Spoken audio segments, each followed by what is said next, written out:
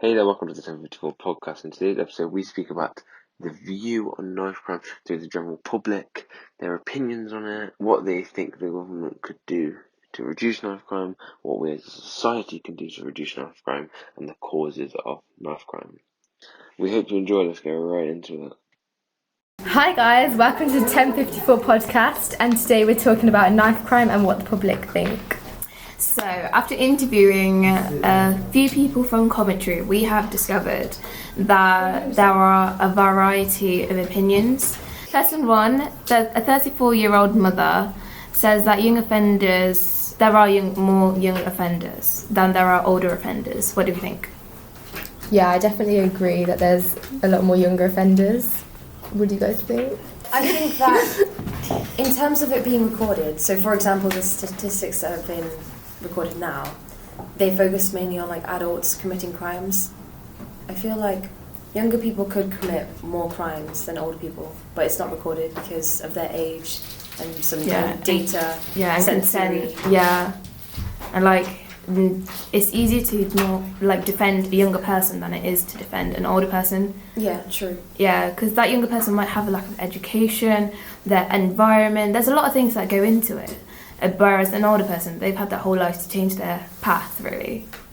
I remember when we interviewed that one elderly retired guy, he used to be a youth leader, he said that apparently, according to public opinion, it's easier to blame younger people for knife crime. Oh, yeah. Yeah, because you could argue that they're more susceptible to violence at such a young age, and there's more things influencing them. Yeah, so one thing that she did bring up was that there's a lot more violence shown on TV, so age restrictions are ignored a lot more, so kids just kind of watch whatever they want nowadays. Yeah, some parents, they set rules for their children. They literally filter through every single thing their child watches. They also have those restrictions on YouTube, and iPads and iPhones, they have those adult restrictions for children. Yeah. So, but not every family has that. They don't think that that's needed for their child, but maybe that child does need that to go on that straight path. Yeah, because she was talking a lot more about how things are more acceptable on TV, there's a lot more gangs or sex scenes, she was saying, not suitable for children, and her friend kids were watching them, and then it just kind of leads one thing onto another.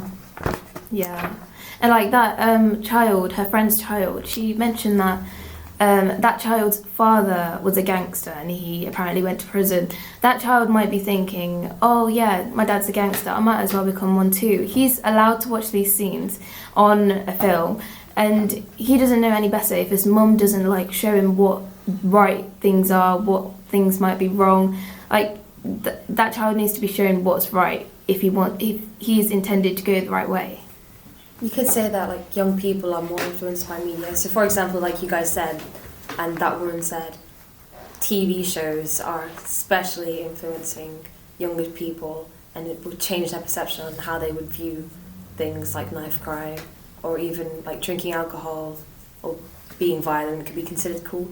Yeah, definitely. I remember when I was little, I used to watch TV all the time. I mean, now that times have changed, you get iPads and iPhones and all sorts. I mean, when I was in primary school, kids did not have iPhones. Now more kids are getting technology and everything. More earlier on in their life. That plays a huge part. As soon as I got an iPhone, I started downloading Snapchat. I downloaded Instagram. Also Pinterest. But the things that show on there as well, you have political stuff as well, and they get interested in that as well. I mean, there are good things spreading awareness. But there's also bad things, a lot of bad things, hate as well. That's a huge thing on social media. Yeah. So one of the things that she did bring up was that there's only one knife bin in the whole of Coventry, and bringing more of them could definitely reduce the rates of knife crime. And the one bin is only located in Asda, where people are probably going to be shopping. No one carrying a knife is going to go into Asda and just give their knife. Yeah, that's quite important. Just the one bin. Coventry's quite big. I think she mentioned something about how mothers would go to Asda and buy their weekly shopping or something. So I'm not really sure how they're supposed to deposit weapons there. It's not easily accessible to a lot of people. If you have a knife bin, it needs to be easily accessible. That's something I suggest we work on. I feel like that could be on the other hand though, because if you do have a lot of knife bins around the city, then doesn't that say something about Coventry as a place. But if we Yeah. don't have knife bins, we just have knives. Where are you Yeah, going to it's put those better knives? in the bin than Like- in people's hands. Yeah, exactly. I think there should be some kind of place, something in place, like a kind of structure for young people so that they're educated to not carry knives. Therefore, there would be no reason to have these bins. Bin the knife, save a life. Like that, the retired elderly person, he was a youth leader, he said that if young people had more chances to go, like for example, we're doing our NCS project, so this is considered to be a youth club that we can get involved in. But that youth leader said that if young people had more opportunities to get involved in activities, then it wouldn't result in knife crime and they'd be busy. Yeah, I do agree with Just because that. of funding's being cut, they've closed down pretty much all of the youth clubs. Oh. So, like, I used to go to a youth club a few years back, but obviously with the cut funding, it's stopped now. So I feel like if there was more funding put into it, like with the loss of police officers and £175 million loss for their budget, I feel like there could be a reduction in knife crime amongst the young. I mean, there's so much we can do. We just have to do it. So could you say that it's a policeman's responsibility to also monitor knife crime? Or do you think it would be the parents' responsibility? I mean, it comes from both sides. It's a mixture. wouldn't you say? Yeah. I mean, it's a parent's responsibility to bring their child up thinking that, no, knives are wrong. If they don't do that, then the child won't even know if it's right or wrong. All they can do is trust their friend or, like, look into the media. I mean, you don't just go up to a policeman and say, is the knife a wrong thing or a bad thing? It's like with schools as well. Yeah. They're like- not educating them properly, and like 85% of knife crime that happens in or around schools, so schools should be more responsible as well with like educating them. Yeah. Like, have you guys ever heard about knife crime in school? I mean, it's all over the media most of the time, and it does take place a lot of the time near schools and where there's a lot of kids, which is the reason why it's so like dangerous nowadays. I used to previously go to a school. Kids would carry like switch knives because they thought it'd look cool. I mean, yeah, it did look cool when you like flicks it out, but I feel like by carrying a weapon, you're also putting yourself in danger. Because Yeah, I think you there are. was a statistic that said that if you carry a weapon yourself, you're more likely to get hurt With that same with the same weapon than inflict danger on to others. Yeah, apparently the most common weapon used was a kitchen knife crime. So Oh yeah, kids, like, where do they even get these knives? Like, it's quite accessible to kids. I mean, they just go to the kitchen and get a knife. I mean, we already have those restrictions from the shops. Like, kids can't just go into a shop and buy them. That just shows how easy it is for anyone to just get a knife and how easily a crime can be just committed like that. yeah, true. Like, I mean, in stores, in stores, there's like an age limit on how, on when you can buy knives and stuff, especially if it's over 4 centimeters long. Because if you're carrying a weapon and you do get caught, like a police officer searches you and finds you with a weapon or knife longer than 4 centimeters, you can be put in jail for 4 years carrying a weapon. Yeah. even more. Like, we don't have those bins around, so if you have a knife, where are you going to put it? Like, if you take it back to your house, someone's going to see. Like, your parents will probably ask, I mean, if you have good parents, they'll ask, why do you have a knife in your hand? Like, you don't want to be in that position because, like, you don't want to be suspected by your parents. Like, also, like, kids usually do it for defense also, apart from, like, being cool. Apparently, some of the interviewees said that most of the time kids are finding it as a defense tool. Yeah. And we also asked the same person if she thinks it's the younger generation or the old generation, and most people said it is the younger generation, which I'd agree with. Would you guys agree with that? It may not be recorded, but considering most knife crime happens in or around schools, it suggests that younger people below 25 are actually responsible for most of the knife crime that happens.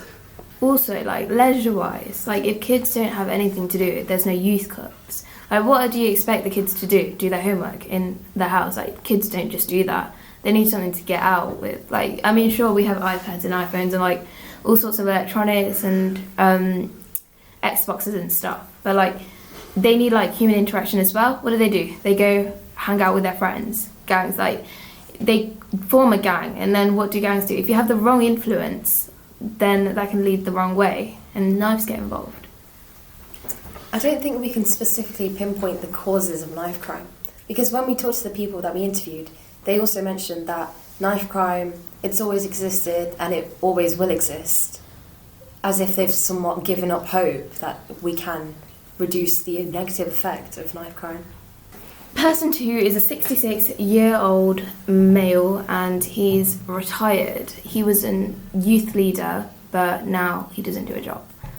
He said that youth clubs made a huge impact on kids, getting kids off streets.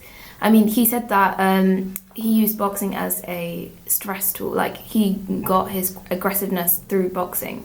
Like, he let go of that. He didn't pinpoint it to anywhere else. Yeah. So that's good. And then we also asked him if he felt safe in Coventry, and he said he's always felt safe in Coventry and he's been here his whole life, so he has no reason not to. And he also thinks knife crime's always been a thing and it's just gotten a lot worse. I think he also mentioned that in this day and age he fears for our generation because we're the most susceptible to different influences like social media and peer pressure. He said that knife crime has always existed, and when he was in his youth, he was also part of a street gang, so he might have carried around knives to be feared or earn respect or to look cool. I mean, I guess because we have CCTVs now, like, we could say we have done more than there was before. Like, before there was no CCTVs, all you could do is rely on a witness. But now, I guess, you can gather more evidence from such recordings. I think kids might be focusing on the fact that they look cool while carrying knives because that's how the media's portrayed it.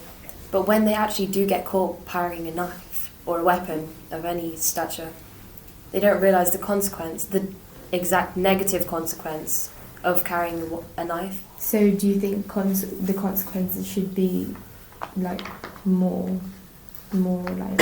Well, considering the consequence now is if you're caught carrying a weapon, you have to be in jail, you can be put in jail for 4 years carrying a weapon.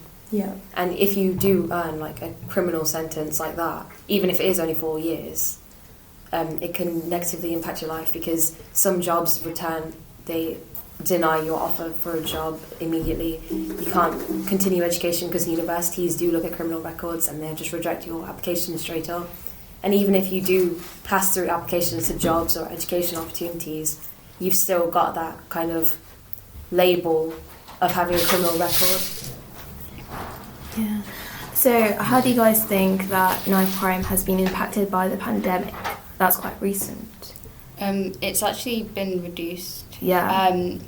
There's a statistic saying that it was reduced, but I feel like that's because everyone's been inside and because you haven't been able to go anywhere, you haven't been able to meet up with people because of the restrictions.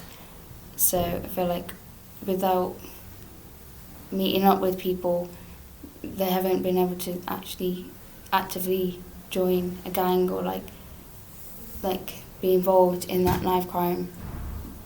Yeah. I also think, like, on the other hand, the whole lockdown caused many people to be bored or their mental health just wasn't right. So maybe when the whole lockdown finished, they all just went out and just probably increased by quite a lot. Yeah. Another factor of knife crime could be in the environment. I mean, some people even said that some areas being more quieter feel more safer, but then other people said quieter areas were more dangerous. I mean, if you're in danger and you want attention, what do? You shout, get attention as much as possible. But if you're in that quieter area, not as many people can hear you, and you're in more trouble. But then again, that's dependable on whether there are many dangerous people in that quieter area. Yeah, even if you are a victim of knife crime, and you do ask for help, there's some people that, even though they do know first aid, there's a thing called the bystander effect. And if you're in a large crowd, then nobody is able to help you because they assume that another person will come to help. And in the end, the victim of knife crime or any other violent crime doesn't actually receive help and they end up just suffering by themselves. Yeah.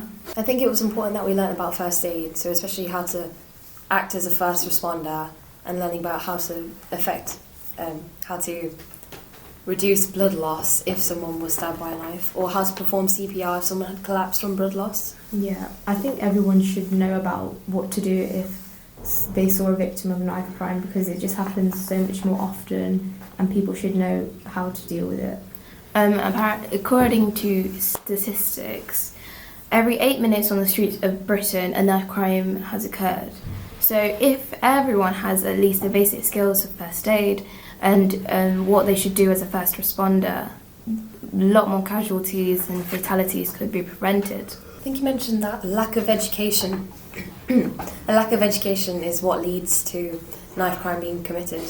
So if you were to say that within schools, children were taught that being involved in such activity is considered to be morally wrong or is extremely harmful and has negative consequences, do you think that that could reduce the impact of knife crime? And if they were taught first aid, do you think that could also help them learn more about how vulnerable people are? Yeah, definitely. If people know that knife crime is so dangerous, like to the body, like it can be debilitating for some people. The wrong place at the wrong time, like if it's struck in the heart, obviously you'd die straight away. But if it's struck in a place where like you might be paralysed, for example, like your whole life just thrown away, your future career, your aspirations, like your whole life is just gone. But if a first responder knows exactly what to do in the right time, then you save that person's life. I mean, they might have their life otherwise, but you save their career as well. Like, you save them from going into paralysis. So our third interview are students of Coventry University, and they are aged 20 and 22. And we asked them, do you feel safe in Coventry? And they said, well, person one said, who was from Coventry, that she does in a way because she knows the area, obviously, but then she doesn't. It depends for her. And then person two said she feels safer from where she came from before. So do you guys want to elucidate on how areas and the environment impacts knife crime as well? So I think she was saying that when she was in the town centre, she felt more safe because more people were around. So if something was to happen, she would, like, you just feel more safe when there's more people around. But if it was more kind of empty or quiet and you got stabbed or something, you would have no one to go to and you just kind of stuck there. Yeah. They also shared a story as well about one time when they were on the campus. Some year 10s and year 11s rocked up with knives and they were really scared because they were like, they didn't know what to do and they'd never been in a situation like that before. So I feel like that contributed to why they feel safer in certain areas. Yeah, I think the fact that year 10s and 11s are getting access to knives that quickly and easily, and I had a whole bag of them, I think she said, and they're just carrying them around and there's literally been no consequences. That was probably unrecorded, so that just shows how many knife crimes go unrecorded compared to the recorded ones. We also interviewed a staff nurse, didn't we? And he mentioned that there are about 1 to 2 people who come into the emergency room that come into the A&E with knife crime, with a wound, like they could have been stabbed. And it goes to show that this is not getting any better. We have to do more than this. I think when we asked him about whether or not you should perform CPR on a person to help them breathe if they were struggling, or to help stop blood loss if they've been stabbed, he said something about... You should remember breathing over bleeding. There's no point stopping the bleeding if they're not going to be breathing. So you should perform CPR and chest compressions first, and then stop the bleeding. I think that just reinforces how everyone should know first aid. It should be taught in schools so much, like a lot more. Yeah, so lack of education plays a key role. Environment, leisure, there's quite a few things that lead to knife crime, really. So the last 2 people were aged 60 and 53, and they mentioned that they were also a part of a gang, and they held a knife because, well, one person held a knife because their friend were too scared to. Yeah, and that just shows you can carry a knife but not intend to use it, but in the spur of the moment, if you get scared or something, you know the fact that you've got a knife on you, you just might quickly use it but not mean to, if that makes sense. And you can still get charged 4 years of jail time, Yeah. even if it isn't your own weapon. Yeah, that's why it's just best to just leave it, don't get involved. And one of them wasn't from Coventry, they'd only recently come here, and they said they felt safer where they came from, because it was like a smaller, more tight-knit community, everyone knew everyone, and so they felt like, because it was like a smaller area, and like they knew everyone, they didn't feel scared, whereas when they came here, like, it's quite a big place compared to some smaller towns and stuff, and with all the crime and stuff and all these like year 10s and year 11s ganging up and carrying knives, it can be scary, especially if you're an outsider. So what would you guys say, in a quiet city, would you say that it's more safer or more dangerous? It depends really, because if there's not many people about, there's not many people to help you, but then again, you're less likely to then be a victim of knife crime, because there are less people. So, how do you think that we can raise more awareness of knife crime? I mean, there is quite a lot being done already, but some of the awareness generated already is not reaching the younger generation as we would want it to. So, I mean, some schools are teaching their children that yes, knife crime is bad, but they're not really saying what the children could do to prevent anything like that happening. So, what do you guys think? So I think victims or attackers that have served their time or they're like back on their feet and they're just not into knives anymore should go to schools and raise awareness about the consequences, and them physically being in that situation helps kids understand that we shouldn't get involved in that, or that's like the wrong choice. Yeah, so it's good for kids to be educated in schools about like moral actions of carrying weapons and stuff, and they should be taught first aid. Thank you for listening to the 1054 podcast. If you'd like to learn more about knife crime, visit our previous episodes, and we hope to see you in the next episode. Thank you. Bye. Bye.